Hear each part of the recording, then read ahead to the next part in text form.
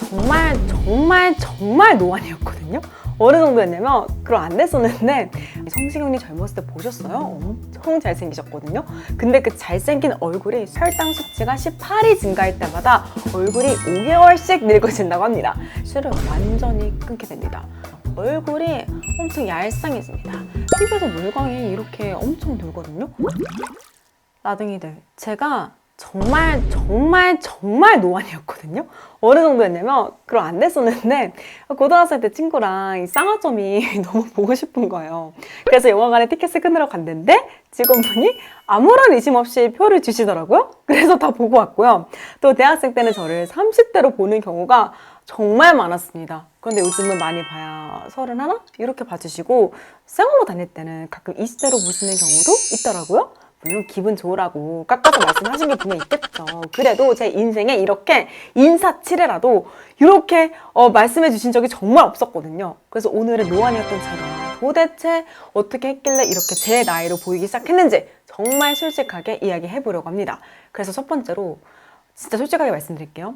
제가 물론 많은 돈과 시간을 쏟아부어서 했던 관리들 덕분도 물론 있지만 그것보다는 사실 하지 말아야 할 것들을 안 하기 시작하면서부터 액면가가 낮아진 게 훨씬 커요. 특히 술이랑 탄수화물.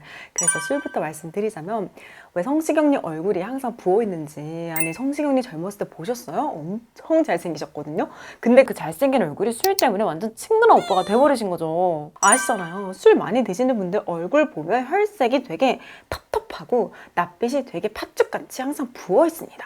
그래서 제가 원래는 술을 너무 사랑해서 매일 저녁마다 맥주 한 캔을 꼭 마셨고 또 친구들이랑 술 마시면서 노는 것도 되게 좋아했었는데 제가 흉터 치료 때문에 프락스를 받으면서 붉은기가 너무 심해지니까 진짜 이 술을 조금만 마시면 얼굴이 폭발할 것처럼 빨개지는 거예요. 그래서 이러다 정말 큰일 나겠다 싶어가지고 술을 마시는 횟수를 많이 줄였다가 작년부터는 술을 완전히 다 끊었습니다. 왜냐면 제가 이 채널 열면서 쌩얼의 기초 바른 영상을 찍는 일이 많아졌잖아요. 카메라에 적나라하게 제 피부를 담아서 완전 큰 컴퓨터 화면으로 보니까 술 때문에 사람이 얼마나 못생겨지고 피부가 쓰레기가 될 수 있는지 너무 잘 알게 된 거예요. 일단 술만 마시면 며칠 동안 얼굴에 붉은기가 전체적으로 돌고요. 또 술 마시고 자면 나는 술 기운에 잘 잤다고 생각하는데 실제로는 수면의 질이 많이 떨어지거든요. 그래서 술 마신 다음날 얼굴이 엄청 노래집니다. 그리고 우리가 이 짭짤한 안주들을 같이 많이 먹잖아요. 가뜩이나 알코올이 림프순환도 방해하는데 염분까지 많이 들어오니까 특히 연말처럼 술 약속이 연달아 잡히면 얼굴이 엄청 못생겨지더라고요. 그런데 이걸 그냥 거울로 봤을 때는 아, 왜 이렇게 부었어? 뭐 이러고 끝나는데 그렇잖아요. 내가 그냥 거울로 대충 봤을 때는 잘 모르다가 어디 놀러가서 친구가 전신샷 찍어주면 내 허벅지가 이렇게 두꺼웠다고? 어머, 이 팔뚝살 뭐야? 뱃살은 왜 이렇게 나왔어? 진짜 화들짝 놀라잖아요. 제가 그걸 피부에서 느낀 거예요. 그래서 제가 실시간으로 얼굴이 못생겨지고 피부가 가속 노화되는 걸 보고 너무 충격을 받은 나머지 술을 완전히 끊게 됩니다. 왜냐면 제가 술을 입에 다시 대기 시작하면 계속 또 찾을 것 같은 거예요. 그래서 그냥 아예 다 화끈하게 끊었더니 정말 그 어떤 비싼 미백 화장품과 피부과 시술보다도 톤업 효과가 가장 강력한 거예요. 저 피부들 진짜 술 끊고 많이 맑아졌거든요. 그리고 얼굴에 계속 남아있던 그 잠붓기들도 사라지니까 사람이 훨씬 영해집니다. 그런데 여러분, 당분 섭취도 자외선이랑 같이 피부를 가장 많이 망가뜨리는 투탑 원인인 거 아세요? 아마 아실 거예요. 우리 다이어트 할 때 식단 클린해지면 당분이나 탄수화물 섭취가 자연스럽게 줄잖아요. 일단 개기름이 엄청 줄면서 여드름이 많이 없어집니다. 그만큼 당분이 여드름에 완전 쥐약이고요. 그리고 저처럼 30대 중반에 접어들면 피부 노화가 본격적으로 시작돼요. 그런데 이때 나둥이들 놀라지 마세요. 한 연구 결과에 따르면 혈당 수치가 18이 증가할 때마다 얼굴이 5개월씩 늙어진다고 합니다. 그러니까 혈당이 많이 올라갈수록 얼굴이 훨씬 빨리 늙는다는 거예요. 이것 때문에 당뇨병 환자들이 아실 거예요. 혈당이 정상적인 사람들보다 주름이 훨씬 많고 피부도 탄력 없이 흐물흐물거리는 느낌이 좀 있어요. 그 이유가 혈액 속에 있는 당분이 피부 단백질에 끈적끈적하게 들러붙으면서 탱탱하고 유연했던 피부가 딱딱 딱딱해지고 뻣뻣해지면서 탄력이 많이 줄거든요. 그래서 우리가 백날 비싼 돈 주고 티타늄, 슈링크, 써마지 이런 거 맞으면 뭐 하냐고요. 맨날 이 탄수화물 먹으면서 매일같이 피부가 무너지고 있는데, 그리고 더 최악인 건 혈액에 남아도는 당분은 피부 단백질이랑 결합하면서 최종 당화산물 ADS라고 아주 쌀데기 없는 찌꺼기들을 만들어내거든요. 얘가 피부에 축적되면 피부 재생 속도가 현저하게 떨어지고요. 또 기름기로 얼굴이 막 번들거리면서 오래된 찌든 기름처럼 안색이 똥색이 됩니다. 그래서 우리가 백날 시카, 뭐 비타민C 바르고 토닝 받고 좋은 영양제 먹고 해도 식단에서 무너지면 정말 아무 소용이 없어요. 그런데 또 제가 무슨 부귀영화를 누리겠다고 천년만년 살 것도 아닌데 어떻게 먹는 즐거움을 다 포기를 해요. 그래서 저는 딱 이렇게 합니다. 굳이 안 먹어도 되는 거는 먹지 말자. 그러니까 예를 들어 카페 가면 제가 달달한 돌체라떼 많이 시켰었거든요. 그런 거 대신 아메리카노나 녹차를 마시고, 일하면서 입 심심할 때 뭐 초콜릿, 버터사탕, 쿠키 이런 거 학생 때 정말 많이 먹었거든요. 요즘에는 저 이런 달다구리 입에도 안 됩니다. 대신 저랑 약속을 했어요. 딱 주 2회에서 연휴 꼈을 때는 최대 3회까지만 저녁 식사로 뭐 떡볶이나 제가 좋아하는 파스타 같은 고탄수화물 음식을 먹고, 디저트로 제가 정말 사랑하는 빵을 조금만 먹는 거죠. 보통 매주 월요일이랑 금요일날 이렇게 먹는데 처음에는 진짜 너무 힘들었어요. 농담 안 하고 진짜 그 탄수화물 조금 줄였다고 죽을 것처럼 힘들었거든요. 근데 사람이 적응의 동물이라고 점점 할만해지는 거예요. 그리고 이렇게 딱 나를 정해놓고 제가 정말 먹고 싶은 음식들만 먹으니까, 왜 뭐든지 너무 완벽하게 하려고 하면 며칠 못 가서 꼭 실패하잖아요. 그래서 이렇게 80% 정도만 완벽한 게 성공 확률이 훨씬 높더라고요. 그리고 주 2, 3회 정도의 일탈은 몸에서 충분히 커버를 다 합니다. 그래서 저 진짜 이 정도로만 식단 관리를 유연하게 했는데도 고질적인 턱녀들은 다 잡혔고요. 클렌징 오일로 매일같이 녹여도 안 없어졌던 블랙헤드도 다 잡혔어요. 그리고 가장 중요한 얼굴이 엄청 얄쌍해집니다. 왜냐면 인슐린 수치가 높으면 몸에서 나트륨을 배출하지 않고 계속 가둬둬서 몸이랑 얼굴에 불필요한 수분을 엄청 쌓아두거든요. 이게 다 빠져나가니까 이목구비가 훨씬 또렷해지고 턱 라인이 엄청 사는 거야. 그래서 괜히 피부과 가서 헛돈 쓰지 마시고요. 이 술이랑 당분 섭취만 제한하셔도 훨씬 예뻐지고 어려질 수 있다는 거 꼭 알고 가시면 좋을 것 같고요.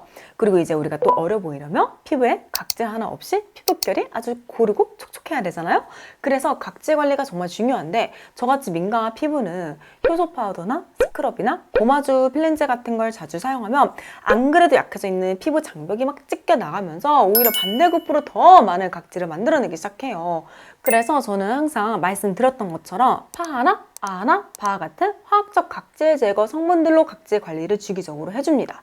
왜냐면 이러한 성분들은 각질 사이사이 접착을 약하게 만들어서 스스로 떨어지게 유도하는 방식이라서 피부에 훨씬 안전하거든요. 그런데 이번에 라네즈에서 워터뱅크 아쿠아 페이셜 세럼이 새로 출시됐는데, 파하, 아하, 바하 이 세 가지 성분을 믹스해서 7.7%라는 최적의 농도로 물광 세럼을 만든 거예요. 왜냐면 파하는 순환 대신 각질 제거 효과가 떨어지고, 아하랑 바하는 각질 제거 효과는 너무 좋은데 고농도로 쓰면 자극이 있잖아요. 그래서 이 성분들을 왜 그 전문 에스테틱 샵에서 여배우들이 중요한 시상식 전날 물광 필링 받잖아요.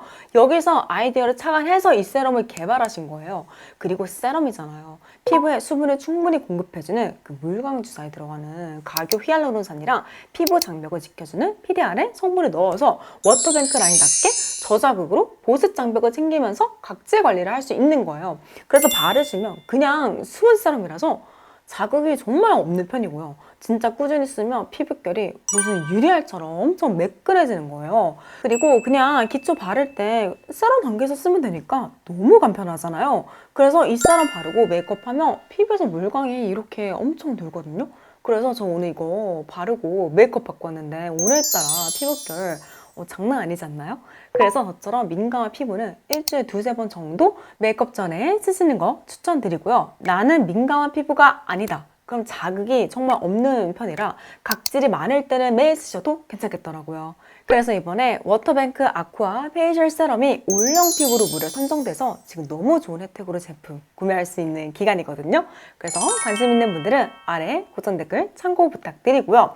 그리고 네 번째로, 이제 많은 분들이 피부 노화의 가장 큰 원인이 이 자외선이라는 걸 다 아니까 선크림도 열심히 바르고 모자, 양산, 선글라스, 마스크, 팔토시 이런 것들도 굉장히 많이 활용하시는데 라둥이들 아무리 이렇게 노력해도요, 이 자외선은 모든 방향에서 다 오기 때문에 완벽하게 차단하는 게 불가능해요. 그래서 아무리 선크림을 열심히 바르고 책 엄청 넓은 모자 쓰고 해도 이 야외에서 자주 활동하시는 분들은 절대 이 실내에서 일하는 분들의 피부 노화 속도를 심지어 선크림을 바르지 않아도 쫓아올 수가 없어요. 왜냐면 야외에서 받는 자외선 양은 실내와 비교도 안 될 정도로 엄청납니다. 그래서 선크림을 아무리 꼼꼼히 발라도 땀 유분에 또 우리가 계속 말하고 표정을 이렇게 지으면서 지워지거든요. 그래서 시간이 지나면서 차단율이 계속 떨어지거든요. 하지만 100번 양보해서 진짜 선크림 자외선 차단율이 98%라 해도 나머지 2% 야외에서 받는 자외선 양이 이 실내 창문을 뚫고 들어오는 자외선 100%보다도 훨씬 셉니다. 그리고 더 슬픈 건 선크림만 바르면 피부 뒤집어져서 뭐 양산이나 모자 같은 걸로 자외선 차단하시는 분들 많죠? 솔직히 말씀드리면 아주 큰 효과는 없습니다. 물론 안 쓰는 것보다 100배 나아요. 하지만 아스팔트, 보도블럭, 잔디밭, 모래, 심지어 건물 유리창에서 자외선이 온갖 방향으로 반사되기 때문에 아래에서 위로 치고 오는 자외선은 모자 양산을 다 비집고 들어옵니다. 그리고 우리가 야외에서 시간을 많이 보내면 이 태양열과 복사열 때문에 피부 온도가 정말 많이 올라가요. 이 열이 또 단백질 분해 효소를 폭발시키면서 콜라겐을 많이 녹이거든요. 그래서 자외선을 차단해도 이 열 때문에 피부 노화 속도가 굉장히 빨라져서 야외 활동을 많이 하는 것 자체가 피부에 좋을 수가 없어요. 그래서 저는 웬만하면 실내에서 주로 시간을 보내고요. 식당이나 카페 가서도 창가보다는 벽 쪽에 자리를 잡는 편입니다. 그리고 집에 있을 때도 웬만하면 커튼을 치고 생활을 하는데요. 이 대낮에도 집이 깜깜하면 진짜 우울증 걸리는 것 같더라고요. 그래서 저는 차단율이 조금 떨어져도 사람이 일단 기분이 좋아야 살맛이 나잖아요. 화이트 암막 커튼을 씁니다. 그 집안이 많이 어둡지 않고 환해서 괜찮더라고요. 그래서 애초에 이렇게 야외 활동을 많이 안 하는 편이고 자외선을 안 보려고 정말 많은 신경을 쓰는 편입니다. 그리고 아까 피부열도 피부 노화를 많이 일으킨다고 했잖아요. 이것 때문에 옛날에 한 유명 여배우께서 한겨울에도 차에서 히터를 절대 안 킨다는 소문이 돌면서 전 국민 여자들이 한겨울에도 그 추위에 오들오들 떨면서 히터를 절대 안 키던 그런 라떼 시절이 있었어요. 근데 이게 진짜 일리가 있는 게 아까 말씀드린 것처럼 피부열은 콜라겐을 녹여버리니까 당연히 모공도 엄청 늘어나고 주름도 깊어지게 만들고 탄력도 무너뜨리고 가장 중요한 피부 온도가 1도 올라가면 피지 분비량이 10%가 늘잖아요. 당연히 여드름도 심해지고 피부 붉은기도 심해지겠죠. 그래서 저는 평소에 피부열을 항상 낮추려고 정말 많은 신경을 써요. 일단 지금같이 추운 겨울에 당연히 전기장판을 틀고 자긴 하는데 저는 꼭 최고 온도로 미리 틀어놨다가 딱 잠들려고 침대에 들어왔을 때 바로 제일 낮은 1에서 2로 낮춰서 좀 미지근하게 틀고 잡니다. 왜냐면 밤새 침대가 뜨거우면 자는 동안 그 열을 피부가 다 받잖아요. 피부 온도가 얼마나 높아지겠어요. 그리고 마찬가지로 너무 뜨겁고 매운 요리를 자주 먹는 것도 정말 좋지 않습니다. 왜냐면 우리가 너무 뜨거운 국물 요리를 먹으면 몸이 갑자기 확 더워지면서 땀이 엄청 나잖아요. 그게 피부 온도를 엄청 많이 올리는 거거든요. 그래서 이런 국물 요리에 특히 소주 마시는 거 좋아하시는 분들 얼굴이 항상 시뻘겋잖아요. 술통. 그런데 여기에 매운 음식까지 많이 먹는다? 보통 매운맛을 내는 캡사이신 성분이 몸에 들어오면 우리 몸은 어머! 지금 몸이 불타고 있네? 라고 착각을 해서 이 열을 밖으로 배출시키려고 피부의 모자혈관들을 쫙 다 넓힙니다. 그러면서 피부 온도가 급격히 상승하기 때문에 너무 뜨겁고 매운 음식은 자주 먹지 않는 게 좋아요. 그래서 저는 고탄수화물 음식과 마찬가지로 너무 뜨겁고 매운 음식은 주 2회로 제한하고 있고요. 그리고 너무 뜨거운 물로 샤워하지 않는 거, 마지막에 꼭 찬물 샤워로 마무리하는 거, 차에 히터 절대 세게 틀지 않는 거, 유산소 할 때는 주로 고강도 운동보다는 존투 운동을 많이 하는 거, 사우나, 찜질방 절대 안 하는 거, 또 피부열 시키는 데 좋은 모데님팩과 스키팩 자주 하는 거 등등 정말 피부에 열이 오르지 않게 진짜로 많이 신경을 쓰는 것 같아요. 그래서 이렇게 기본적으로 하지 말아야 할 것들을 잡고 또 지켜야 할 것들을 잡다 보니 똑같이 피부과 시술과 좋은 기초들을 발랐을 때 정말 훨씬 큰 효과를 볼 수 있었어요. 타고나기를 완전 노안이었던 제가 비로소 제 나이로 보이기 시작한 것 같아요. 그래서 이 부분을 정말 꼭 한번 설명을 드리고 싶었는데 아무래도 이런 생활 습관을 교정하는 것들이 어렵다 보니 많은 분들이 이런 영상을 좋아하지 않으실 것 같아서 좀 미루다가 저한테는 정말 피부과 시술과 그 어떤 비싼 기초보다 더 큰 효과를 봤기 때문에 우리 아둥이들한테 말씀을 드리고 싶었던 것 같아요. 그래서 오늘 영상이 꼭 여러분들께 큰 동기부여가 돼서 많은 도움이 되었으면 좋겠고요. 그럼 저는 여기서 이만 영상 마치고 다음에 더 피부에 유익한 영상으로 돌아오겠습니다.